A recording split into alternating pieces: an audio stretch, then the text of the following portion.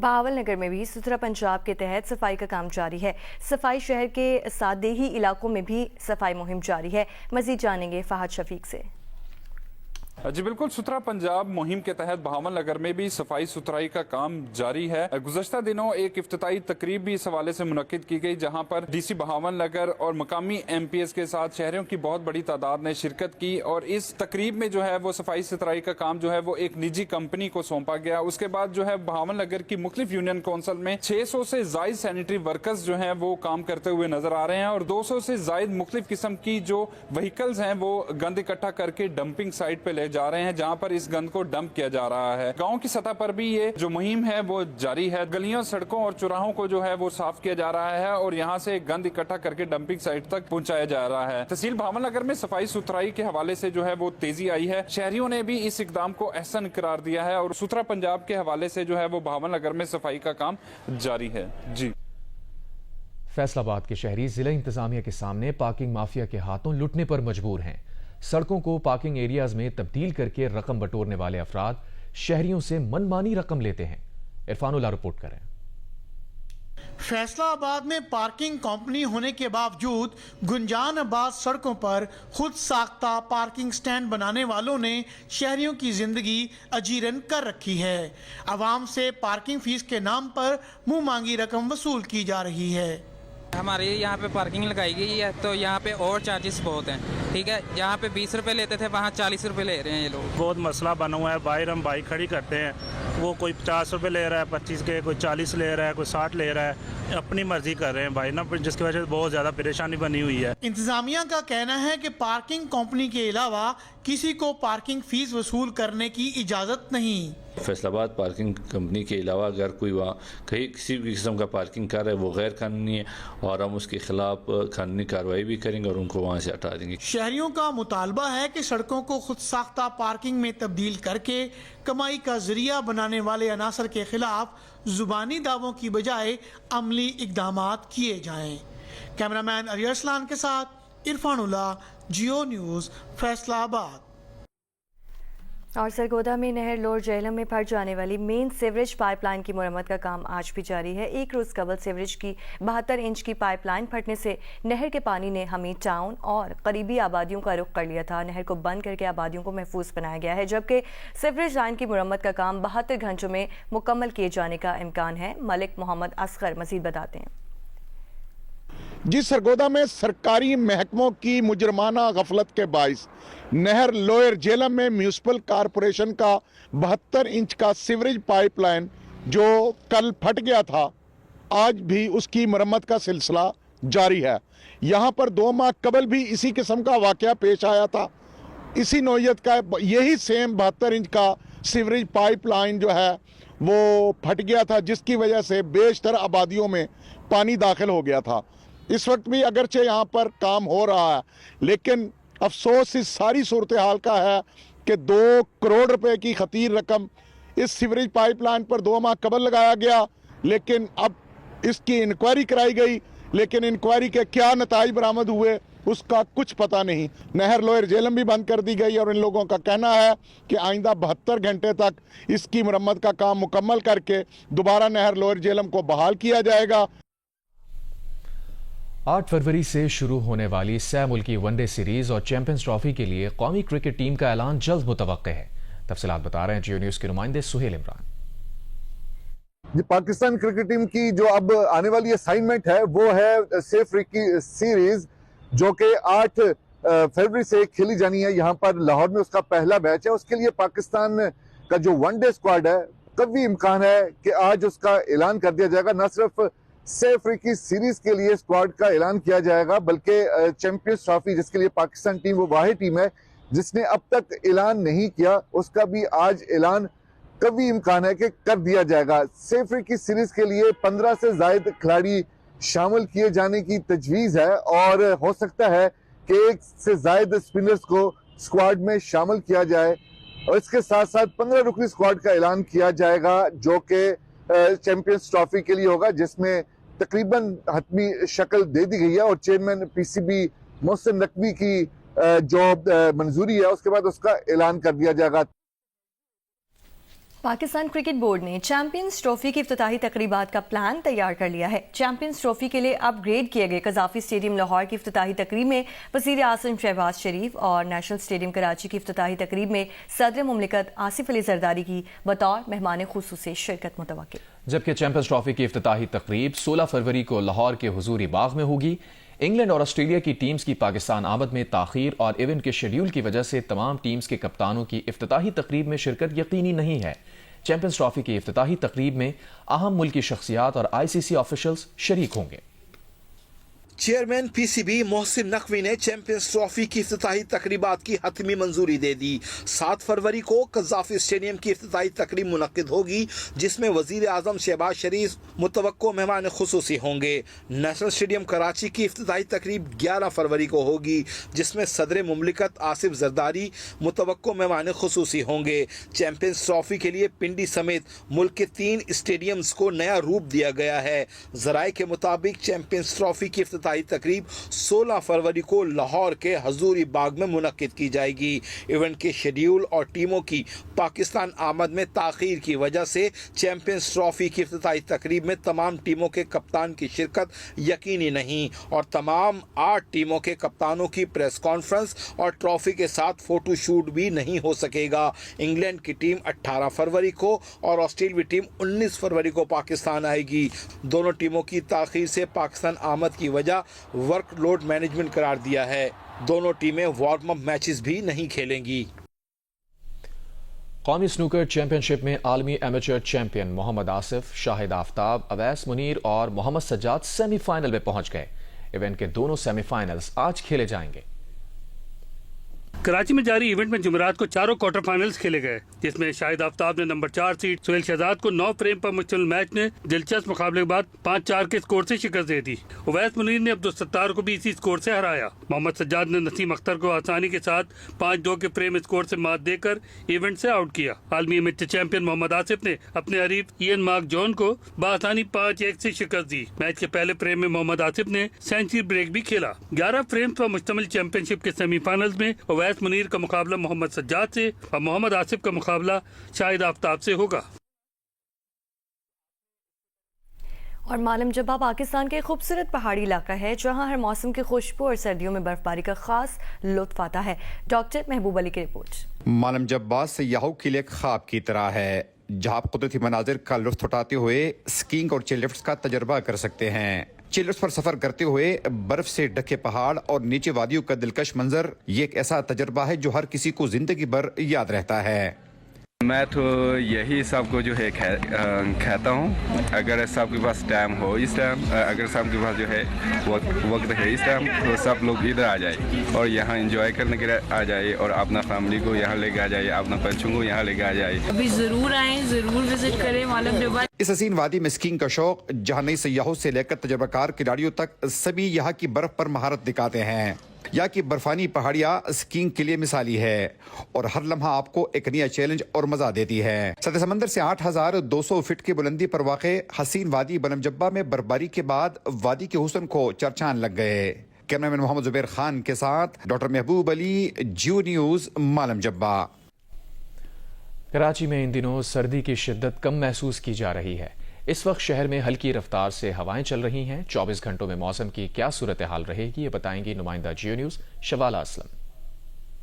کراچی میں ان دنوں موسم کی کچھ یوں صورتحال ہے کہ جو سردی کی شدت ہے وہ بھی کم محسوس کی جا رہی ہے اور کم سے کم درجہ حرارت آج 13.5 ڈگری سینٹی گریڈ ریکارڈ کیا گیا ہے اور جو ہوا میں نمی کا تناسب ہے اس وقت وہ بھی 30% سے زائد ہے۔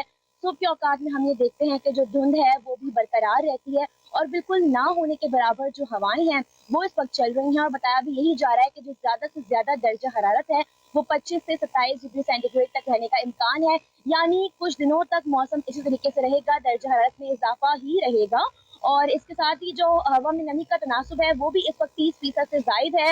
ہلکی رفتار سے چونکہ بالکل ہوائیں بھی چل رہی ہیں اور اگر فضائے معیار کی بات کریں تو وہ بھی ان دنوں جو شہر کا فضائے معیار ہے وہ بھی بدسور متاثر رہتا ہے۔ جی خیبر پختونخوا کے ضلع کرک میں آرٹ اینڈ سائنس ماڈلز کی نمائش کی گئی، جس سے اسکول کے بچوں نے اپنی تخلیقی اور سائنسی صلاحیتوں کو پیش کرنے کا شاندار مظاہرہ کیا۔ تفصیل دیکھتے ہیں کرک سے ابرار خٹک کی رپورٹ میں۔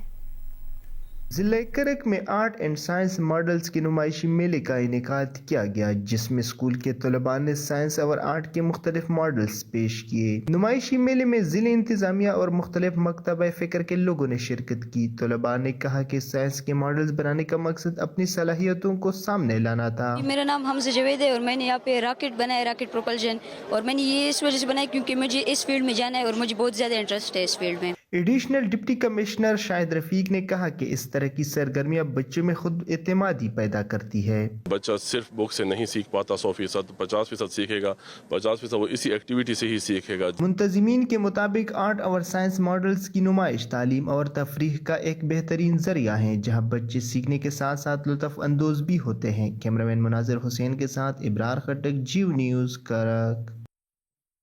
محکمہ تعلیم سندھ کے تعاون اور ڈائریکٹوریٹ پرائیویٹ انسٹیٹیوشن کے تحت سٹیم مقابلوں کا انعقاد۔ طلباء و طالبات نے ماحولیات، صنعت، بجلی کے متبادل ذرائع، زراعت اور دیگر موضوعات پر اپنے پروجیکٹس پیش کیے۔ رپورٹ کر رہے ہیں رانا جاوید۔ سائنس، آرٹس، ریاضی، انجینئرنگ اور ٹیکنالوجی کے امتزاج پر مبنی اسٹریم پروجیکٹ کے مقابلوں میں طلباء و طالبات نے ماحولیات، صنعت، بجلی کے متبادل ذرائع، زراعت اور الیکٹرک ویل چیئر کی کنٹرول ڈیوائس سمیت متعدد پروجیکٹ شوکیس کیے۔ اس کا مقصد یہ ہے کہ جو بچہ ہے وہ اس کا ننھا مائنڈ ہے، وہ اسمال چائلڈ جو ہے وہی ایک مضبوط بلڈنگ بلاک بنانا ہے۔ تو بچے کی شخصیت مکمل تب ہوگی جب پریکٹیکلی یہ 5 کیٹیگریز ہم اس کو تجربہ کر کے سکھائیں گے، اور اس کا یہی سبب ہے کہ 100 سے زائد آج اسکولز نے کمپٹیشن میں حصہ لیا ہے۔ وزیر تعلیم سید سردار علی شاہ نے اپنے خطاب میں کہا کہ ٹیکنالوجی پر دسترس مسلمانوں کی میراث تھی جو ہم نے نظر انداز کر دی۔ طلبہ کی حوصلہ افزائی کرنے کے لیے انہیں ایسے مزید مواقع فراہم کیے جائیں گے۔